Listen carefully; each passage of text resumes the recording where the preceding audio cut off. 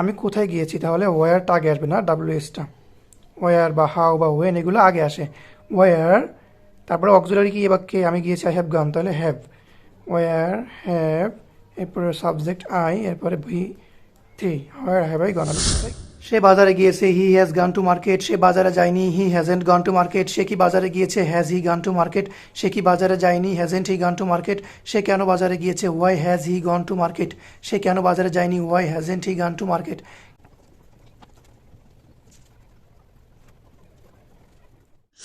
আসসালামু আলাইকুম রহমতুল্লাহ। Mission spoken English Day-11 আমরা ইতিমধ্যে দুইটি টেন্স শিখেছি, প্রেজেন্ট ইনডিফিনিট এবং প্রেজেন্ট কন্টিনিউয়াস। আজকে আমরা শিখব প্রেজেন্ট পারফেক্ট টেন্স। বর্তমানে কোনো কাজ শেষ হওয়া বা সমাধান বোঝালে তাকে প্রেজেন্ট পারফেক্ট টেন্স বলা হয়। ঠিক আছে, এই মুহূর্তে কোনো কাজ শেষ মানে অলরেডি বা জাস্ট নাও, ঠিক আছে, বা রাইট নাও। সাবজেক্ট এই ক্ষেত্রে গঠনটা হবে বা স্ট্রাকচারটা হবে সাবজেক্ট প্লাস হ্যাভ অথবা হ্যাজ, এরপরে ভি3 প্লাস অবজেক্ট মানে বাকি অংশ। এখন ভি3টা কোনটা বুঝতে পারছেন?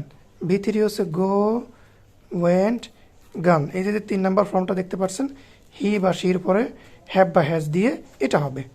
ঠিক আছে, হি বা শির পরে হ্যাজ হবে, তারপরে গান হবে।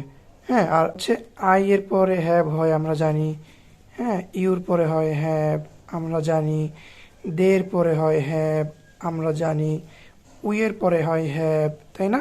কিন্তু হি বা শি বা মেহেদি বা কোনো নামের পরে কি হয়, হ্যাজ হয়, বা এভরিওয়ান এভরিবডির পরে হ্যাজ হয়, বা ইট হ্যাজ, রাইট?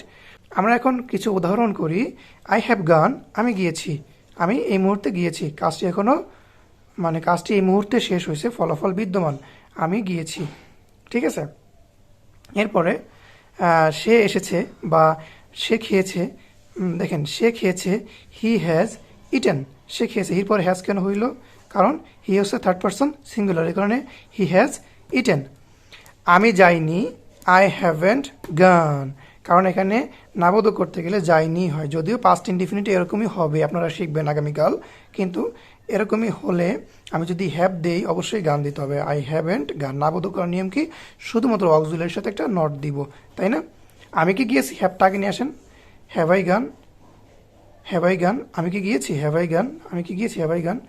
এখন আসেন ডাব্লিউএস কোশ্চেনে, যে আমি কোথায় গিয়েছি। আমি, আশা করি দেখা যাচ্ছে, আজকে আমার ফেস দেখা যাচ্ছে না, এইভাবে একটা ক্লাস করাচ্ছি, দেখেন আপনারা কেমন বুঝতে পারেন।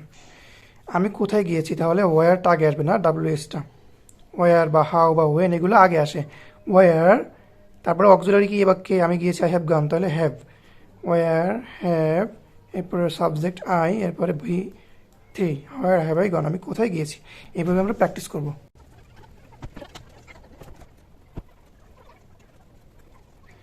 এখন আমরা ফ্লুয়েন্সি করব। আমরা বাংলা থেকে ইংলিশে কথা বলতে গেলে আমরা আগে এটাকে ট্রান্সলেশন করি, দেন আমরা বলি, কোশ্চেন তৈরি করি, রুলস মেনটেন করি। অবশ্যই স্পিকিংটা সো টাফ, কিন্তু যে যত বেশি আমার মতো করে ফ্লুয়েন্সি করবেন, সেন্টেন্স এবং টেন্সটা ক্লিয়ার হয়ে যাবে, তার বেসিকটা একদম খুবই দ্রুত ক্লিয়ার হয়ে যাবে, সে দ্রুত ইংলিশে কথা বলতে পারবে। আপনারা প্রতিটা সেন্টেন্সকে 6ভাবে বলবেন, ঠিক আছে? এরপরে আপনি ডাব্লিউএইচ, ওয়ার বা ওয়েন বা হাউ এগুলো পরিবর্তন করে করে চর্চা করবেন। তারপরে subject I, he has gone to market, সে বাজারে গিয়েছে হাবোধক। হি হ্যাজেন্ট গান, সে যায়নি নাবোধক। সে কি গিয়েছে, হ্যাজ হি গান প্রশ্নবোধক। সে কি যায়নি নেগেটিভ ইন্টারোগেটিভ। হ্যাজেন্ট হি গান, সে কেন গিয়েছে, WS question. Why has he gone, হ্যাজটা আগে সাবজেক্টটা পরে। সে কেন যায়নি, ওয়াই হ্যাজেন্টটা নিয়ে আসবো আগে, ওয়াই হ্যাজেন্ট হি গান। আপনারা কী করবেন, বাসায় বেশি বেশি ডাব্লিউএস, ওয়ার, ওয়েন, হাউ এগুলো পরিবর্তন করে করে চর্চা করবেন। Subject I, we, they, he, she এগুলো পরিবর্তন করে করে চর্চা করবেন, এবং শুধু যাই বলবেন না, খাম, ডু এগুলো করে করে চর্চা করবেন। আগামী ক্লাসের বাড়ি কাজ থাকবে, আগামী ক্লাসে বাড়ি কাজ থাকবে 2টা বাক্য। সে বাবা হয়েছে, তারা খেলাটি জিতেছে।